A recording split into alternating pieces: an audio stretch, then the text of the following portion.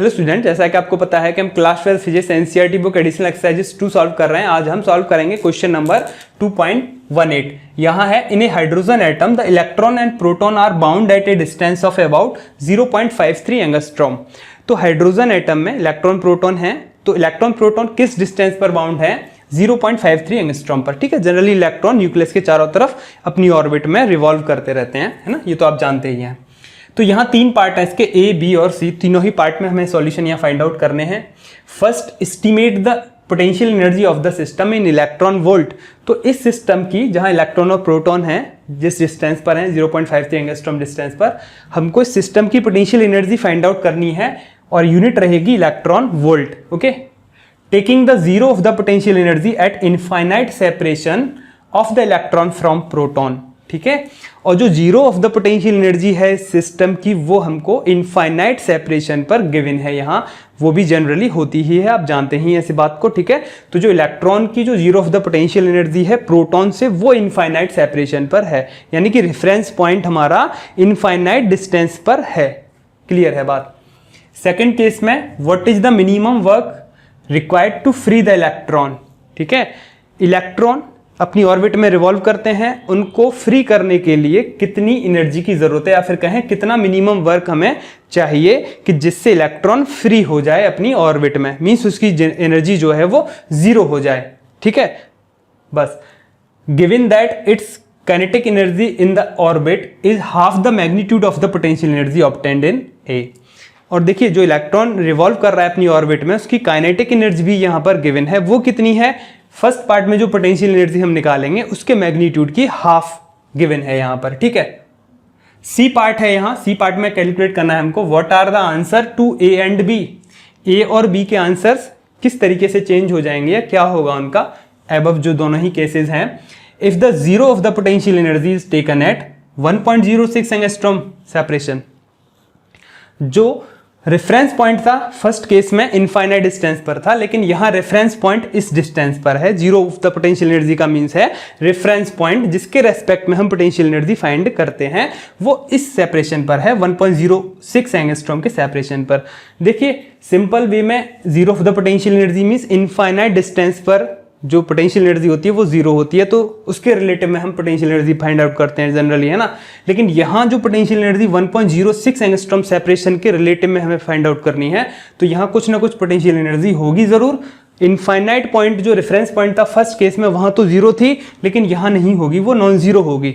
ठीक है, उसके रेस्पेक्ट में हमें फाइंड करना होगा। अभी देखते हैं इस बात को किस तरीके से हमें यहाँ पे करना है। सबसे पहले पार्ट ए का सॉल्यूशन देखते हैं। ठीक है, और देखिए सी का जो सॉल्यूशन है साथ में करेंगे। What are the answers to A. ठीक है, ए के आंसर को क्या होगा जब रेफरेंस पॉइंट चेंज हो जाए, फिर बी के आंसर को क्या होगा जब रेफरेंस पॉइंट चेंज हो जाए।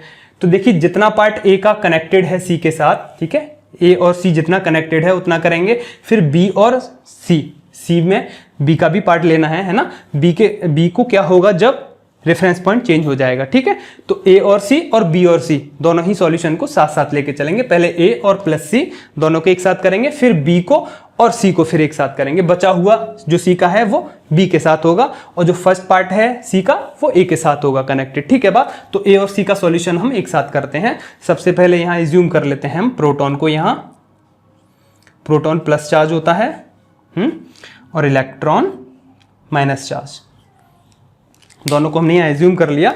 और जो दोनों के बीच में जो सेपरेशन है वो कितनी है? 0.53 एंगस्ट्रॉम। मीटर में कहें तो 10⁻⁻10 से मल्टीप्लाई कर देंगे। ठीक है, तो ये है सेपरेशन इन दोनों के बीच में। चार्जेस जरूरत पड़ेगी क्योंकि पोटेंशियल एनर्जी निकालते हैं, तो U = K Q1 Q2 upon separation जो भी डिस्टेंस है वो होती है। तो इनके जो चार्जेस हैं वो कितने होंगे? प्रोटॉन का चार्ज कितना होता है? Q1 ले लेते हैं इसको, प्लस 1.6 × 10⁻⁻19 कूलम, जानते हैं आप इसे। Q2 इलेक्ट्रॉन का माइनस में होता है उतना ही, 10⁻⁻19 कूलम। ओके, और क्या गिवन है? गिवन है taking the zero of the potential energy at infinite separation of the electron from proton. Electron की प्रोटॉन से इनफाइनाइट सेपरेशन पर है। ठीक है, इसे ऐसे समझते हैं कि इनफाइनाइट सेपरेशन पर, कहाँ से? यहाँ से, प्रोटॉन से।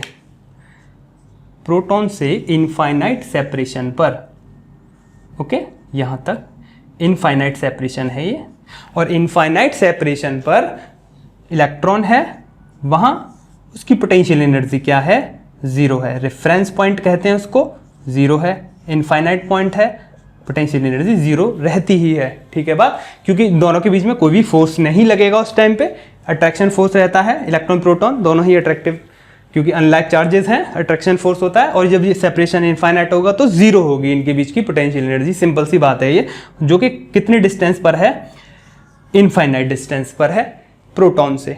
ठीक है बात, तो ये केस 1 है। देखिए पोटेंशियल एनर्जी की थोड़ी सी बात कर लेते हैं। पोटेंशियल एनर्जी को कैसे कैलकुलेट करते हैं जब हमको चार्जेस गिवन हो, Q1 Q2। तो मान लेते हैं कि इस सिस्टम को n तक लेके आए, इस इलेक्ट्रॉन को इनफाइनाइट से n पॉइंट तक लेके आए, तब जाके ये सिस्टम हमारा सेटअप हुआ या फिर असेंबल हुआ। तो n पॉइंट पर अगर हमें पोटेंशियल एनर्जी फाइंड करनी है तो क्या होगा formula, K electrostatic constant, Q1 Q2 upon distance, जितनी भी सेपरेशन है उन दोनों के बीच की। अच्छा एक बात बताइए, ये जो फॉर्मूला है गिवन, इसमें कुछ हाइड है जो क्या आपको दिखता नहीं है, क्या हाइड है? देखिए पोटेंशियल एनर्जी जब भी हम निकालते हैं ना, तो रेफरेंस पॉइंट की पोटेंशियल एनर्जी को माइनस करके चलते हैं, वो होती है एक्चुअल पोटेंशियल एनर्जी। तो UN minus potential energy at reference point, या फिर कहें इनफाइनाइट पॉइंट है यहाँ, तो रेफरेंस पॉइंट किस डिस्टेंस पर है, एक्चुअल में ये होती है। कोई भी पोटेंशियल एनर्जी हो, यहाँ पर Q1 Q2 की फॉर्म में निकाल रहे हैं, अगर वर्क की फॉर्म में निकालें तो भी एक्चुअल पोटेंशियल एनर्जी हमको निकालने का प्रोसेस यही होता है। अगर हमें n पॉइंट पर पोटेंशियल एनर्जी फाइंड करनी है तो रेफरेंस पॉइंट की पोटेंशियल एनर्जी को उसमें से माइनस करके चलेंगे जब ये निकल के आएगी, है ना। क्यों निकल के आएगी इसे भी हम बता देते हैं, जरा देखिए। आपने सिंपल ये चीज़ पढ़ी होगी कि work done A to B, अगर हमें पता करना है, 2 पॉइंट की पोटेंशियल एनर्जी हमको पता है, तो क्या होगा, UB माइनस UA।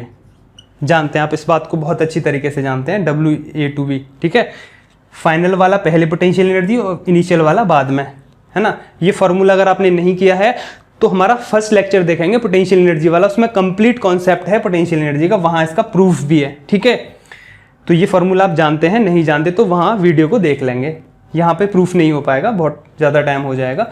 ठीक है, तो ये होता है फॉर्मूला जनरली। अगर हमें वर्क डन इनफाइनाइट डिस्टेंस से पता करना हो और n पॉइंट तक पता करना हो, बाय एक्सटर्नल सोर्स ले सकते हैं, बाय एक्सटर्नल सोर्स ले सकते हैं। इनफाइनाइट टू n पता करना हो तो यहाँ पर कैसे होगा, फाइनल वाला पहले, UN माइनस इन्फिनिटी वाला बाद में, यही तो होगा, है ना।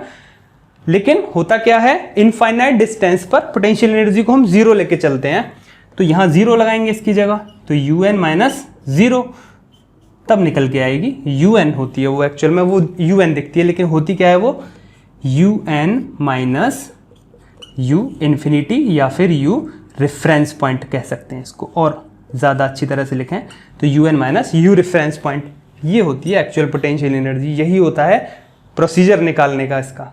ठीक है बात, तो UN माइनस रेफरेंस पॉइंट की पोटेंशियल एनर्जी को हमें माइनस करना पड़ता है, तब जाके पोटेंशियल एनर्जी निकलती है। लेकिन होता क्या, रेफरेंस पॉइंट पर जो पोटेंशियल एनर्जी वो जीरो होती है, इस वजह से वो दिखता नहीं है फॉर्मूले में। लेकिन यहाँ क्या होगा, what are the answer to A and B ever the zero of the potential energies at this separation. अब जो इनफाइनाइट पॉइंट है जो ये वाला, ये इस सेपरेशन पर आ जाएगा। ठीक है, 1.06 एंगस्ट्रॉम के सेपरेशन पर होगा रेफरेंस पॉइंट अब सेकंड थर्ड केस में। ठीक है, उस कंडीशन में यहाँ ये दिखेगा, इसे माइनस करना पड़ेगा। रेफरेंस पॉइंट की जो पोटेंशियल एनर्जी होगी इस सेपरेशन पर कुछ ना कुछ वैल्यू होगी, नॉन जीरो होगी, लेकिन इस केस में क्या थी, वो जीरो थी यहाँ, इस वजह से ये दिख नहीं रहा था, है ना। अब दिखेगा, कैसे दिखेगा देखते हैं। फिर से एज्यूम कर लेते हैं, ये है A, केस A वाला figure, okay, in case A। अगर हम केस B की बात करें, C की, C में इन्होंने सेपरेशन को चेंज कर दिया, बताया था ना कि A और C को एक साथ लेके चलेंगे, तो प्रोटॉन यही है, ओके, इलेक्ट्रॉन भी बिल्डअप तो यहीं करना है, सिस्टम को यहीं असेंबल करना है, इसी डिस्टेंस पर असेंबल करना है सिस्टम को, n पॉइंट पर ही असेंबल करना है और इसी सेपरेशन पर असेंबल करना है, 0.53 एंगस्ट्रॉम की सेपरेशन पर। लेकिन जो रेफरेंस पॉइंट है, zero of the potential energy, जो ये लिख रहे हैं यहाँ पे कि zero of the potential energy, इसका मीन्स जीरो नहीं है, रेफरेंस पॉइंट है, इसका मीन्स रेफरेंस पॉइंट, ओके, तो रेफरेंस पॉइंट बता रहे हैं ये is taken eight this separation, 1.06 angstrom की सेपरेशन पर है। कहां से है? वही पहले की तरह, इलेक्ट्रॉन फ्रॉम प्रोटॉन। इलेक्ट्रॉन कहां आ गया? अब यहां आ गया। ओके, सेपरेशन प्रोटॉन से कितनी हो गई उसकी? This 1.06 angstrom. ठीक है, तो रेफरेंस पॉइंट जैसे यहाँ U इन्फिनिटी था, अब वो U 1.06 एंगस्ट्रॉम, इस पॉइंट पे हमें पोटेंशियल एनर्जी जरूर पता करनी होगी। यहाँ आ गया अब रेफरेंस पॉइंट। ठीक है, दिस इज रेफरेंस पॉइंट। इसके रेस्पेक्ट में अब हमको पोटेंशियल एनर्जी पता करनी है इस सिस्टम की, इस रेफरेंस पॉइंट के रेस्पेक्ट में। रेफरेंस पॉइंट पर भी एक ऑलरेडी पोटेंशियल एनर्जी है, उसके रिलेटिव में अब हमको इस सिस्टम की पोटेंशियल एनर्जी फाइंड करनी है। तो फिर से हम यही फॉर्मूला यूज करेंगे। कौन सा फॉर्मूला यूज करेंगे? केस सी में U इस सिस्टम की पोटेंशियल एनर्जी पता करनी है, एंड पॉइंट पर इस सिस्टम को असेंबल करना है, तो पोटेंशियल एनर्जी क्या होगी एक्चुअल में? क्या होगी वो? This UN minus potential energy of reference point. और रेफरेंस पॉइंट कहां था? पहले इनफाइनाइट डिस्टेंस पर था, लेकिन अब किस डिस्टेंस पर है? 1.06 एंगस्ट्रॉम की डिस्टेंस पर है। तो केस सी में जो पोटेंशियल एनर्जी होगी उसको हम इस फॉर्मूले से निकालेंगे। ठीक है, जो ये कह रहे हैं कि what are the answer to A, ठीक है, ये हो जाएगी पोटेंशियल एनर्जी। निकालेंगे कैसे वो बाद में देखेंगे। केस ए में जो पोटेंशियल एनर्जी निकलेगी वो भी ऐसे ही निकलेगी, लेकिन इसका फॉर्मूला क्या रहेगा? केस ए में जो फॉर्मूला रहेगा वो हम यहां लिख देते हैं, वो रहेगा दिस UN, जो पोटेंशियल एनर्जी निकलेगी वो कैसे निकलेगी? UN minus U infinite. Reference point कहाँ है? इनफाइनाइट सेपरेशन पर, तो ये वाला फॉर्मूला लगा लिया हमने। ठीक है बात, तो इनफाइनाइट पे ये जीरो था, इस वजह से ये UN ही निकल जाएगी यहाँ, लेकिन ये इनफाइनाइट की जगह इस सेपरेशन पर आ गया, 1.06 एंगस्ट्रॉम सेपरेशन पर। तो केस ए में तो हम इस फॉर्मूले का यूज करेंगे, पोटेंशियल एनर्जी निकालेंगे तब, और केस सी में इस फॉर्मूले का यूज करेंगे, पोटेंशियल एनर्जी निकालेंगे तब। ठीक है, तो हमें कितनी चीजें निकालनी है? एक तो UN निकालना है और एक U 1.06 एंगस्ट्रॉम सेपरेशन पर निकालना है। फिर वैल्यूज को रख देंगे फर्स्ट में और सेकंड में। इनफाइनाइट U इनफाइनाइट तो जीरो होता है, ये वो पता ही है ना। तो चार चीजें निकालनी है, एक चीज नोन है, एक चीज नोन है, एक UN, ये UN सेम ही होंगे ये तो दोनों। U 1.06 एंगस्ट्रॉम और निकाल लेते हैं, तो दो चीजें निकालनी है, चार चीजें की जरूरत है। ठीक है, चार टर्म चाहिए हमें, जिनमें से दो तो सेम ही हैं, बस इसे निकाल लेते हैं कि UN निकाल लेते हैं, काम हो जाएगा हमारा। तो सबसे पहले हम निकालेंगे UN इस फॉर्मूले से। ठीक है बात, फिर निकाल लेंगे U 1.06 सेपरेशन पर। ये UN किस सेपरेशन पर है? ये है 0.53 एंगस्ट्रॉम के सेपरेशन पर। कंफ्यूज नहीं होना है, ठीक है। यही फॉर्मूला होता है जनरली, वर्क डन ही तो होता है पोटेंशियल एनर्जी। दो पॉइंट के बीच में तो UB माइनस U है, सिंपल है कि किसी पॉइंट एन पर पोटेंशियल एनर्जी चाहिए तो इनफाइनाइट से लेकर कितना वर्क डन किया, यही तो होता है। Simple potential energy U point N point पर पता करना है तो वो दिस। ठीक है बात, ज़्यादा डिटेल में नहीं पढ़ना है, क्लियर है बात सब कुछ। अब बस वैल्यूज़ निकालनी है हमें यहाँ पे, तो वैल्यूज़ को निकाल लेते हैं। कौन कौन सी? तो UN निकालने के लिए UN चाहिए सबसे पहले, तो UN ऐसे निकल जाएगा। K कितना होता है? 9 × 10⁻9 होता है। Q1 साइन के साथ आएंगे चार्ज, पता है कंप्लीट। ये जो फॉर्मूला होता है इसमें जो चार्जेस होते हैं दोनों विद साइन आते हैं, है ना। विद साइन मीन्स Q1 कितना है? 1.6 × 10⁻19 मल्टीप्लाई Q2 कितना है? -1.6 × 10⁻19। ओके, कूलम में है दोनों ही values, upon what? Separation R कितनी है? 0.53 एंगस्ट्रॉम। एंगस्ट्रॉम को चेंज करेंगे तो 10⁻10 से मल्टीप्लाई कर देंगे। तो ये कंप्लीट वैल्यू किस में चल रही है? जूल में चल रही है, ये ध्यान रखना है। निकालना किस में है? इलेक्ट्रॉन वोल्ट में। क्लियर है बात? सारी यूनिट जो हमने लगाई है यहाँ पे, वैल्यूज लगाई हैं, सबके सब SI सिस्टम में है, तो SI सिस्टम में ही यूनिट आएगी जूल। एनर्जी की यूनिट जूल रहती है, तो सारी वैल्यूज किस में है? SI सिस्टम में, तो ऑटोमेटिकली वो SI ही देगा, जूल ही देगा। ठीक है, इसे सॉल्व कर लो, यहाँ से माइनस को बाहर कर लो। 9 और 1. देखिए 9 है अपनी जगह है, 1.6 की जगह हम लिख लेते हैं 16 × 10 10⁻1 लिख सकते हैं 1.6 को। ये 10⁻9 बचा अभी। ओके, और क्या बचता है? इंटू 10⁻19 बचता है ये, मल्टीप्लाई। इसको अलग रखते हैं, 1.6 को इंटू 10⁻⁻19 को। इसका रीज़न पता चल जाएगा आपको कि क्यों अलग रख रहे हैं, अपॉन 0.53। देखिए 0.53 को हम लिख सकते हैं 53 इंटू 10⁻⁻2 लिख सकते हैं, मल्टीप्लाई 10⁻⁻10, क्योंकि 2 डेसिमल के बाद है तो -2 में हो जाएगा, कोई प्रॉब्लम नहीं होनी चाहिए आपको इस तरह से। तो ये किस में आएगा, जूल में आएगा। ठीक है बात, ओके। अभी देख लेते हैं 10 टू पावर्स को एक जगह कर लेते हैं। 16 9 जा 144, और ये मल्टीप्लाई करके 10 की जो जितनी भी पावर है -1 +9 -19, ये तो अकेला साइड में ही करके चलना है ऐसे तो, और ये नीचे से -2 और -10 -12 आएंगे तो ये प्लस के 12 हो जाएंगे ऊपर जाके। ठीक है बात, और नीचे छोड़ देते हैं ओनली 53 को, और ये साथ में चलेगा मल्टीप्लाई में 1.6 इंटू 10⁻⁻19 जूल।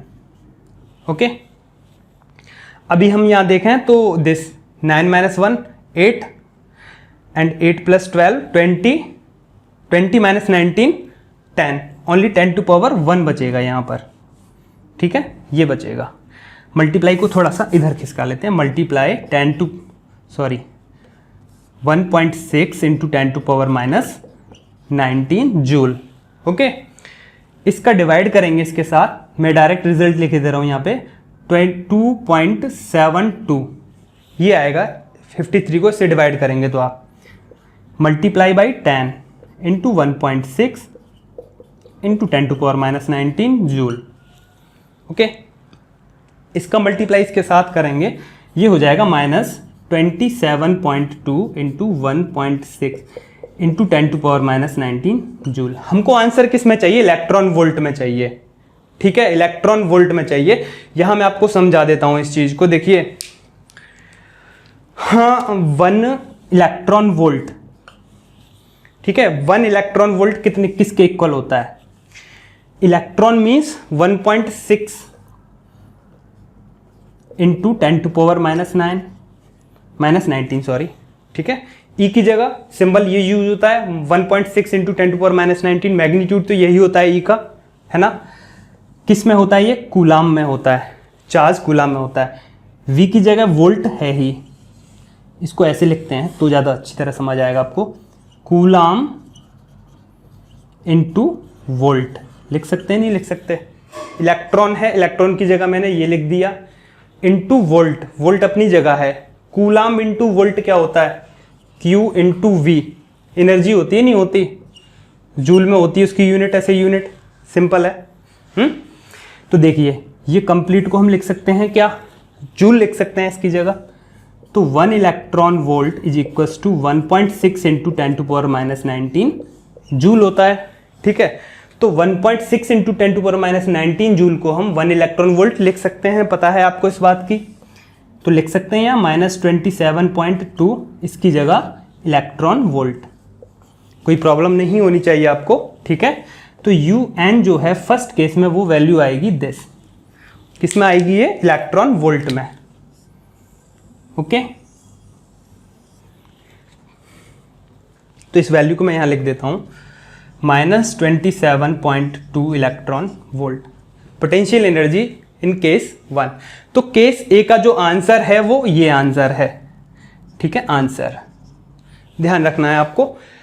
अब हम केस सी की बात करेंगे, what are the answers to A and B. तो पहले ए के आंसर को क्या होगा, इस आंसर के साथ क्या होगा जब रेफरेंस पॉइंट चेंज होके इस सेपरेशन पर आ जाए, मींस पोटेंशियल एनर्जी कितनी होगी वो ही निकालना है। केस सी में ये फॉर्मूला यूज करना है। ठीक है, तो UN तो हमने निकाल लिया, वैल्यू को मैं यहां लिख देता हूं फिर से एक बार और,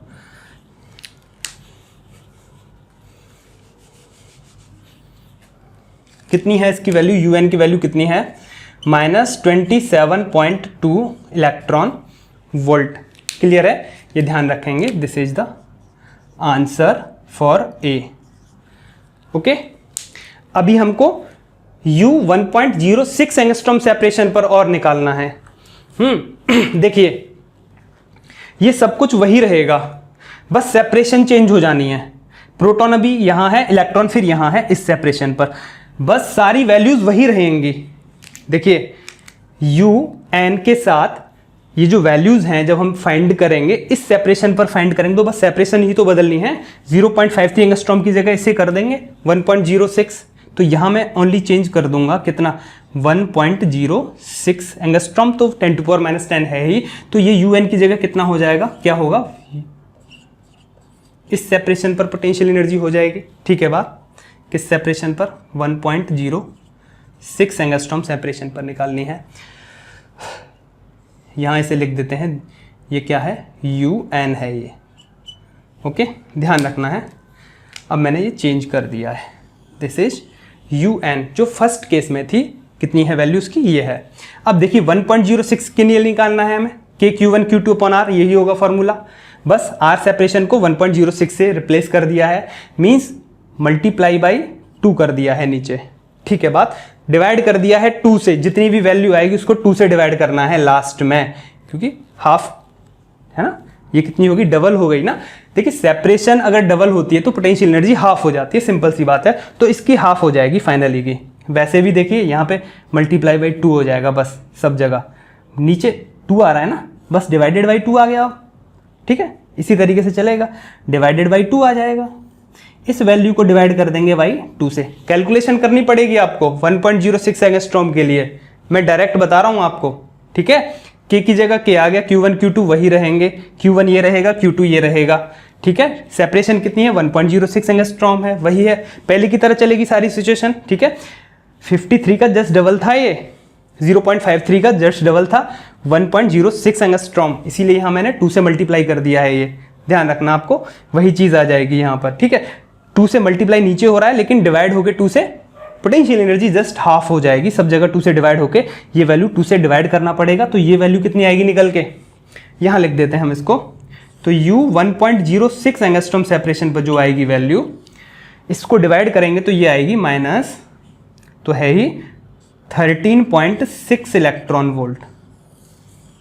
ओके, इसे सॉल्व करेंगे, माइनस 13.6 इलेक्ट्रॉन वोल्ट आएगी वैल्यू, यहां लिख देते हैं दिस, माइनस 13.6 इलेक्ट्रॉन वोल्ट। तो पोटेंशियल एनर्जी इतनी हो जाएगी इस सिस्टम की। ओके, किस सिस्टम की है ये ओनली ये वाली वैल्यू है 1.06 एंगस्ट्रॉम से, सिस्टम की नहीं है, सॉरी, ओनली 1.06 एंगस्ट्रॉम सेपरेशन की है, जो कि वैल्यू हमने निकाली है। अब हमको निकालना है केस सी में जो पोटेंशियल एनर्जी है, ये फॉर्मूला लगा के निकालना है, ध्यान रखना है आपको ये बात। ठीक है, फर्स्ट केस में ये वैल्यू आई थी, ए केस में, केस ए में, केस सी में हमने U 1.06 एंगस्ट्रॉम निकाल लिया है, वो इतना आया है निकल के।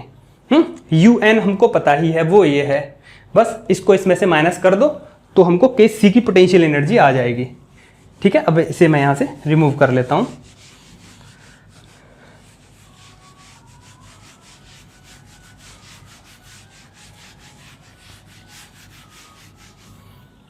ओके, तो केस सी का देखते हैं सॉल्यूशन।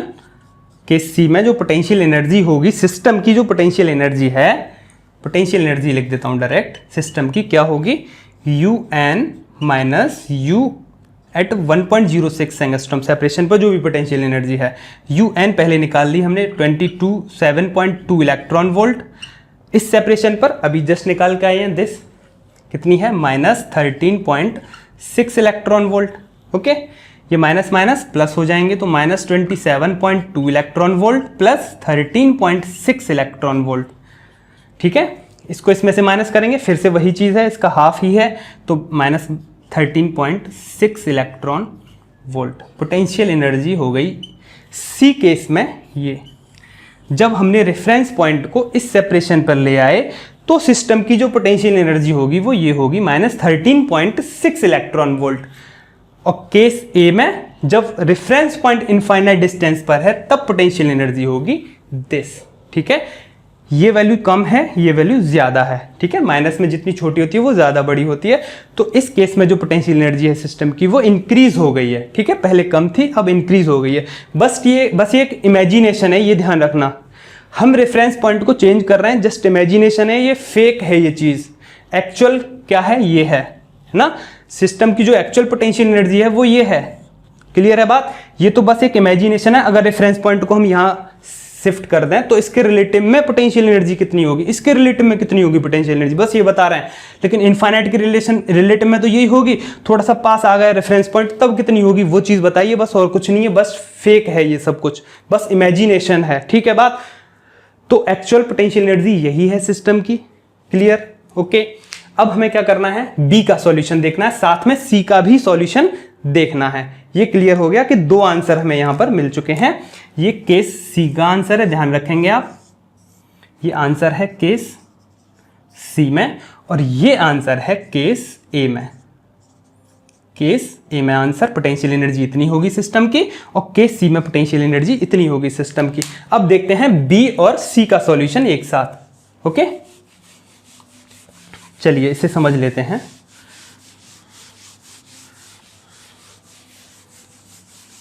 और आंसर्स को लिख देते हैं, चलिए। यहां आंसर लिखा है, ये वाली वैल्यू है। इस केस में, केस सी में जो आंसर है वो रिमूव हो गया है, वो है -13.6 electron volt, okay. This is answer for case C, okay. अब देखते हैं सॉल्यूशन बी प्लस सी दोनों का। पहले बी का देखेंगे, फिर बी के आंसर को क्या होगा जब रेफरेंस पॉइंट जो है चेंज कर देंगे, ठीक है। बी में क्या पूछते हैं, what is the minimum work required to free the electron given that, ये कुछ चीज गिवन है। सबसे पहले देखिए, ये न्यूक्लियस है, ओके। न्यूक्लियस में प्रोटॉन एंड न्यूट्रॉन रहते हैं, और इलेक्ट्रॉन रिवॉल्व करते हैं उसके चारों ओर अपनी ऑर्बिट्स में, ठीक है। ऑर्बिट्स में रिवॉल्व करते हैं, किस एनर्जी के साथ ये रिवॉल्व करते हैं, ये बाउंड होते हैं, तो पोटेंशियल एनर्जी नेगेटिव होती है तभी ये बाउंड हो पाते हैं, ठीक है। नेगेटिव ही है, कितनी है, इतनी है। अगर ये पॉजिटिव होती तो ये तो फ्री हो जाते हैं ना। नेगेटिव पोटेंशियल एनर्जी का मीन्स ही अट्रैक्शन होता है, तो ये बाउंडेड है सिस्टम में। तो इसकी जो टोटल एनर्जी है, काइनेटिक एनर्जी तो साथ में होगी ना, ये तो ओनली पोटेंशियल एनर्जी है इलेक्ट्रॉन की जब ये रिवॉल्व कर रहा है अपनी ऑर्बिट में, लेकिन साथ में इसकी जो टोटल एनर्जी है इसकी, वो क्या होगी, kinetic energy plus potential energy. Potential energy तो अभी जस्ट फाइंड करके ही आए हैं हम, है ना। तो इलेक्ट्रॉन की जो टोटल एनर्जी है वो ये है, जिस एनर्जी के साथ ये अपनी ऑर्बिट में रोटेट कर रहा है अबाउट द न्यूक्लियस, ओके। तो टोटल एनर्जी कैसे निकालना है, kinetic energy plus potential energy. क्यों निकालना है टोटल एनर्जी, इसकी टोटल एनर्जी को जीरो कर दो, फ्री हो जाएगा इलेक्ट्रॉन। इलेक्ट्रॉन अपनी ऑर्बिट में, एक सर्टेन ऑर्बिट में सर्टेन डिफाइनाइट एनर्जी के साथ ही तो रिवॉल्व करता है। अगर उसकी एनर्जी ही नहीं होगी उसकी, तो वो फ्री हो जाएगा, सिस्टम से इनफाइनाइट पर चला जाएगा, कहीं और ही चला जाएगा, ठीक है। तो टोटल एनर्जी निकाल लेते हैं। तो टोटल एनर्जी कैसे निकलेगी, kinetic energy plus potential energy. लेकिन गिवन क्या है, given that its kinetic energy in the orbit is half the magnitude of potential energy obtained in A. Kinetic energy क्या गिवन है, पोटेंशियल एनर्जी का half. Potential energy कौन सी, obtained in A में potential energy कितनी मिली थी, ये मिली थी हमको, इसका हाफ है। काइनेटिक एनर्जी कितनी है, ये है मैग्नीट्यूड का हाफ, ठीक है। Half the magnitude of the potential energy, half the magnitude, minus sign नहीं लेना, of the potential energy obtain in A में यही तो पोटेंशियल एनर्जी मिली थी हमको, कितनी थी 27.2, माइनस नहीं लेना क्योंकि यहां बोल रहा है मैग्नीट्यूड लेना है ओनली। 27.2 डिवाइडेड बाई 2 तो कितनी हो जाएगी ये 13.6 काइनेटिक एनर्जी, ठीक है।